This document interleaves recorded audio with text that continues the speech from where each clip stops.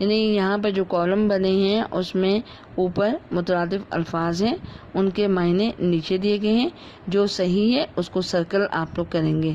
جیسے امیر ہے تو اس میں 3 آپشن ہیں، مغرور، مالدار، بے پرواہ، تو صحیح مالدار ہے۔ اسی طرح آس یعنی قریب، خوش اور امید، اس کا صحیح جواب امید ہے۔ سرخ، لال، بہادر، پریشان، اس کا صحیح جواب لال ہے۔ باقی بھی اسی طرح سے آپ نے مکمل کرنا ہے، اور یہ سب آپ نے کتاب پر کرنا ہے، کاپی پہ نہیں کرنا۔ اب آ جائیے صفحہ نمبر 55 یعنی 55، خلاصہ نگاری، یعنی خلاصہ لکھنے کا جو طریقہ ہے اس میں مترادف الفاظ جو ہیں انہیں استعمال کس طرح کیا جاتا ہے، اس کی مدد سے اسے آسان بنا لیا جاتا ہے۔ اس کی میں جو تعریف ہے وہ بتا دیتی ہوں۔ کسی عبارت کی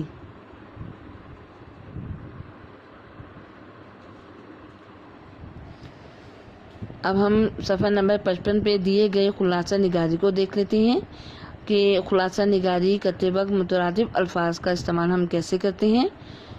کسی عبارت کی غیر ضروری تفصیلات کو نکال کر اصل واقعات یا مرکزی خیال کو جامع انداز میں یعنی تفصیل سے جامع انداز میں دوبارہ لکھنے کو خلاصہ نگاری کہتے ہیں۔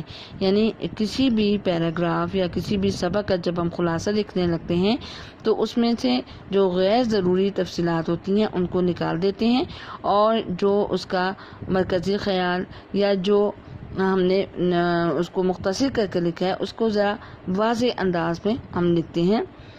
اب یہاں پر مترادف الفاظ کے استعمال سے عبارت کا خلاصہ لکھنے میں مدد ملتی ہے۔ جیسے موٹر کار چلانے والے کو ڈرائیور کہتے ہیں، بھیک مانگنے والے کو بھکاری کہتے ہیں، جو آدمی کام نہ کرتا ہو اسے کام چور کہتے ہیں۔ یہ آگے اس کے دیکھیں کہ اس کے آپشنز دیے ہوئے ہیں، وہاں سے آپ نے منتخب کر کے خالی جگہ پر کرنی ہے، اور یہ بھی کتاب پر ہی کرنا ہے آپ نے۔ اب چلتے ہیں اگلی سوال کی طرف کہ ان جملوں کا خلاصہ لکھیے۔ یہ نیچے پیراگراف دیا ہے، اس کو آپ نے مختصر کر کے لکھنا ہے۔ ایک بھیک مانگنے والے نے موٹر کار چلانے والے کو روک کر بھیک مانگی۔ موٹر کار چلانے والے نے غصے سے کہا، تم کوئی کام کیوں نہیں کرتے ہو؟ بھیک مانگنے والے نے کہا، میں لکھ پڑھ نہیں سکتا اس لیے نوکری نہیں ملتی۔ موٹر کار چلانے والے نے کہا، چلو میں تمہیں گاڑی چلانا سکھاؤں پھر تم نوکری ڈھونڈ لینا، لیکن بھیک مانگنے والے نے انکار کر دیا۔ دراصل اسے کام نہ کرنے کی ایسی بیماری لگ چکی تھی جس کا کوئی علاج نہ تھا۔ اب یہ جو پیراگراف دیا ہے اس کو آپ نے آسان لفظوں میں کرنا ہے۔ جیسے ایک بھیک مانگنے والے یعنی ایک بھکاری نے موٹر کار چلانے والے کو روک کر بھیک مانگی۔ موٹر کار چلانے والے نے غصے سے کہا، تم کوئی کام کیوں نہیں کرتے ہو؟ بھکاری نے کہا، بھیک مانگنے والے کی جگہ آپ بھکاری لکھ لیں گے۔ بھکاری نے کہا، میں لکھ پڑھ نہیں سکتا یعنی میں ان پڑھ ہوں اس لیے نوکری نہیں ملتی۔ موٹر کار چلانے والے نے موٹر کار کی جگہ آپ لوگ جو ہے اس کو بدل بھی سکتے ہیں، تو آپ کریں گے کہ موٹر کار چلانے والے نے کہا، چلو میں تمہیں گاڑی چلانا سکھاؤں پھر تم نوکری ڈھونڈ لینا، لیکن بھکاری نے انکار کر دیا۔ دراصل اسے کام نہ کرنے کی یعنی دراصل وہ کام چور تھا، یہ لکھیں گے آپ، دراصل وہ کام چور تھا اور اسے کام نہ کرنے کی ایسی بیماری لگ چکی تھی جس کا کوئی علاج نہ تھا۔ تو اس کو آپ نے مختصر کرنا ہے کہ دراصل وہ کام چور تھا اور جس کا کوئی علاج نہ تھا۔ یقیناً آپ کو سمجھ آ گئی ہوگی۔ اب آگے ہے ماضی، حال اور مستقبل کے جملے بنائیے۔ اس میں آپ نے جو ہے جملے بنانے ہیں کہ ایک حال یعنی انگلش میں بھی آپ نے پڑھا ہوگا کہ پریزنٹ، فعل ماضی پاسٹ اور فعل مستقبل فیوچر۔ اب جیسے اوپر دیکھیں جملہ دیا گیا ہے کہ علی کھانا کھاتا ہے، فعل حال میں کیا ہوگا؟ علی کھانا کھا رہا ہے۔ فعل ماضی میں علی کھانا کھا چکا ہے۔ فعل مستقبل علی کھانا کھائے گا، یعنی آنے والے زمانے کے لیے گا گے گی کا لفظ استعمال ہوگا۔ تو اسٹوڈنٹس یہ ہماری آج گرامر ہم نے کی ہے اور یقیناً آپ لوگوں کو سمجھ آ گئی ہوگی۔ انشاءاللہ اگلے لیکچر کے ساتھ پھر حاضر ہوں گی۔ اللہ حافظ۔